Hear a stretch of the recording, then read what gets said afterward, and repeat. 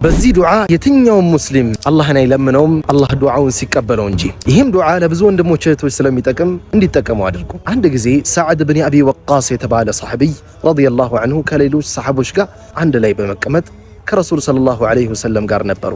ረሱልም ሰለላሁ ዐለይሂ ወሰለም በሐዲሱ ትርጉም እንዲህ አሉ፣ አንዲት ዱዓ አለች አትመለስም ሲሉ ይነግሯቸዋል። ሰሐቦችም ረሱልን ሰለላሁ ዐለይሂ ወሰለም እስኪነግሯቸው ድረስ እየተጠባበቁ ነበረ። በዚህ አጋጣሚ አንድ ሰው ወደ ረሱል ሰለላሁ ዐለይሂ ወሰለም ይመጣል። ረሱልን ሰለላሁ ዐለይሂ ወሰለም በንግግር ይይዛቸዋል። ረሱልም ሰለላሁ ዐለይሂ ወሰለም ከዚህ ሰው ጋር እያወሩ ከሰሐቦች ርቀው እስከሚሄዱ ይደርሳሉ። ሰዓድ ብን አቢ ወቃስ የተባለውም ሰሐቢይ ረዲየላሁ ዐንሁ ረሱልን ሰለላሁ ዐለይሂ ወሰለም መከተል ይጀምራል። ከዛ ረሱል ሰለላሁ ዐለይሂ ወሰለም ዞር ሲሉ ይህን ሰሐቢይ ይመለከቱታል። ይህም ሰሐቢይ እንዲህ ብሎ ይጠይቃቸዋል፣ የትኛዋ ዱዓ ነች የማትመለሰው ዱዓ ሲል ይጠይቃቸዋል። ረሱልም ሰለላሁ ዐለይሂ ወሰለም በሐዲሱ ትርጉም እንዲህ አሉት፣ የዓሳው ባለቤት ዱዓ ነች። የዓሳው ባለቤት ዓሳው ሆድ ውስጥ በነበረ ጊዜ ያለው ዱዓ ነች።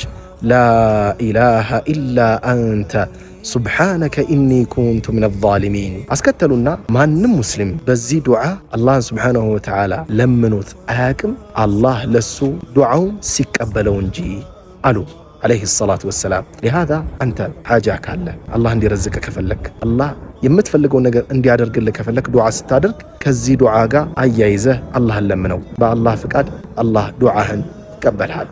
ወሰላሙ ዓለይኩም ወረሕመቱላሂ ወበረካቱ።